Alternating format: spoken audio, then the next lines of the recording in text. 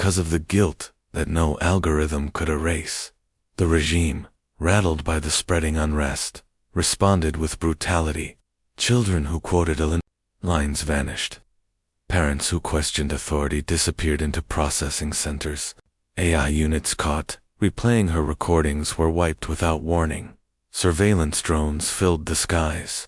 Streets grew quieter, not from peace, but from fear. In her cell, Elena endured a different kind of torment. She was strapped into neural loops, forced to relive her worst memories on repeat. The day her favorite student overdosed. The moment she watched Earth burn from orbit. Her last class, shut down mid-lesson, but they couldn't break her. They didn't understand her. Strength wasn't in her knowledge. It was in her voice, and they had already let that voice escape. Then came the visit she didn't expect. Amy stood across from her crisp suit, eyes tired, expression torn between loyalty and fear. Once her sister, now a senior executive of the very system holding her prisoner. She looked around the stark chamber, then at Elena, shackled but unbowed.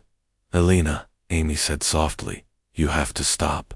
They're afraid you're starting a revolt. Just say you were wrong, publicly. They'll let you live. They'll release the kids. Please."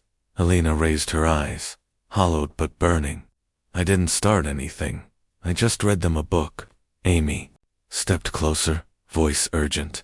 "We built this place. It's not perfect, but it's stable. It works. Earth's gone. This is all we have left. Don't ruin it because of an idea." Elena's answer was quiet, but it cut like a blade. "You didn't build a world, Amy. You built a silence and called it peace." Amy recoiled, not because of the anger, but because of the truth in it. She had helped design this system, brick by brutal brick. And now, her sister, caged, beaten, and unbroken, was tearing it down with nothing but her voice. The silence between them grew heavy. Amy said nothing more. Outside, the rebellion simmered. No guns, no armies, just words. And Varix 9 trembled. The grand broadcast hall of Varix 9, usually reserved for state updates and corporate celebrations, was converted into a stage for Elena Morris's public confession. Rows of sterile white chairs faced a glowing podium. The air hummed with anticipation. Screens across the planet flickered on. Every mining station, transport hub, factory, school, and private residence received the signal. A timer counted down. The regime wanted a performance, the final humiliation of a teacher turned terrorist, a neat closure, a warning. Elena was brought in under heavy guard, her figure thinner, bruised, but upright. The world watched her, some in silence, some in hope. She stood behind the podium, looking small against the sheer scale of the room. The officials flanked her, expressionless. Her sister Amy sat at the front, trying to keep her face still, a mix of dread and denial behind corporate poise. Commander Rial stood just behind the guards, his movements calculated, but something inside him had already shifted beyond their control. The speech she was meant to read was pre-written, loaded into a teleprompter, a carefully crafted surrender. But Elena didn't look at the script. Instead, she closed her eyes.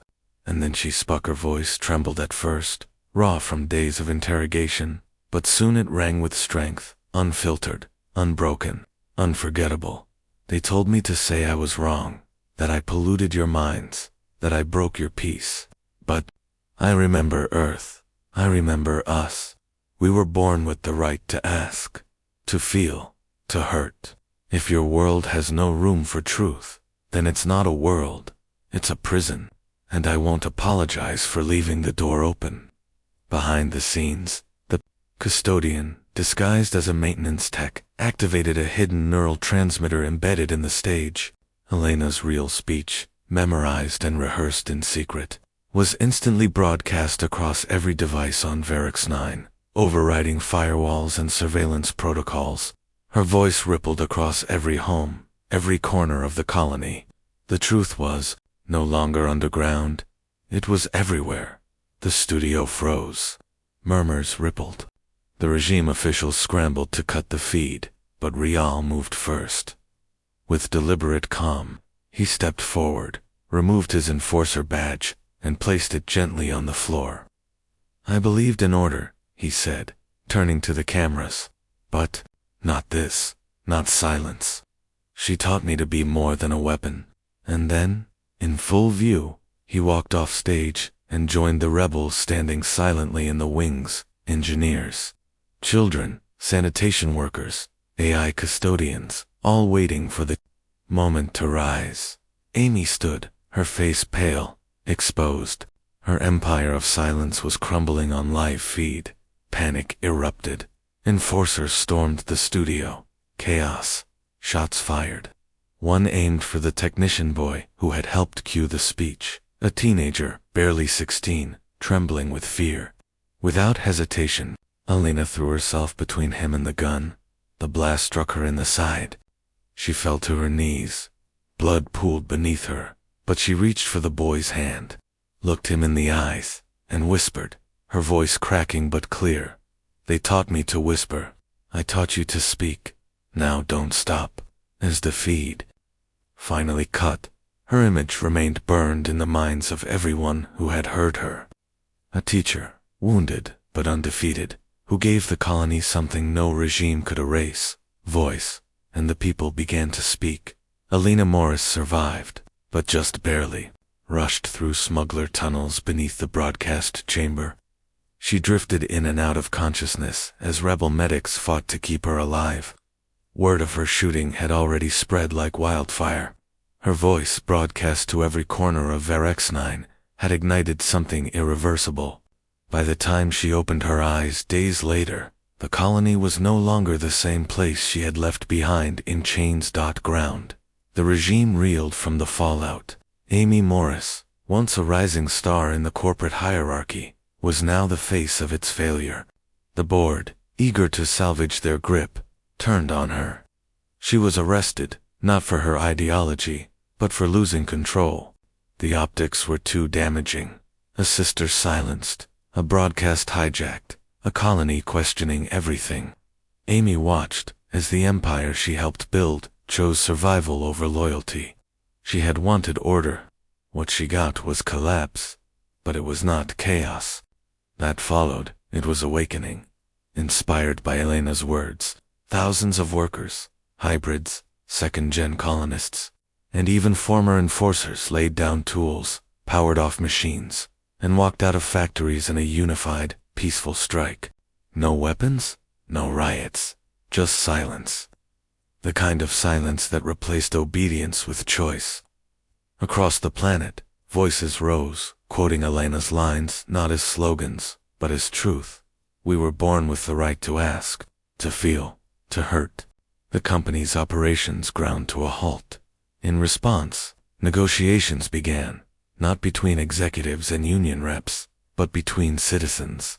The regime, fractured and outnumbered, conceded. They agreed to new charters, overseen by cross-species councils. The first demand was non-negotiable: free thought. The second, access to unfiltered education. And the third, a permanent place where that freedom could grow.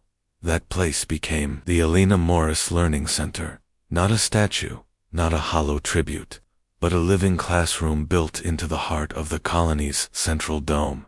The building was raw, made from salvaged parts and community labor, but it pulsed with energy.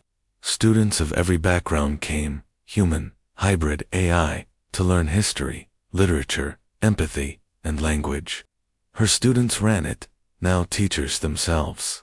Number 1 wore uniforms. No one read from a script. The only rule: ask questions. Elena, still recovering, would sometimes sit in the back of the new classrooms, wrapped in blankets, pale, quiet, and watch with tired pride as the next generation spoke boldly. Her voice had seeded something larger than rebellion. It had birthed consciousness. As for Commander Rial, stripped of rank, implants downgraded, he found something purer in exile. No longer an agent of suppression, He became the head of the colony's newly formed Department of Language and Memory. His task wasn't to enforce, it was to rebuild. He helped others, especially hybrid children and reconditioned AI units, reconnect their fragmented memories and learn to process emotion without fear. He taught them what Alina had taught him, that truth isn't dangerous, it's necessary. And so, the voice they tried to erase became the foundation of a new society, not perfect, not finished, but awake. Alina had once been sentenced for emotional disruption of planetary order. Now, that disruption was their salvation. Years have passed since the uprising on Varix 9, and the scars of the old are.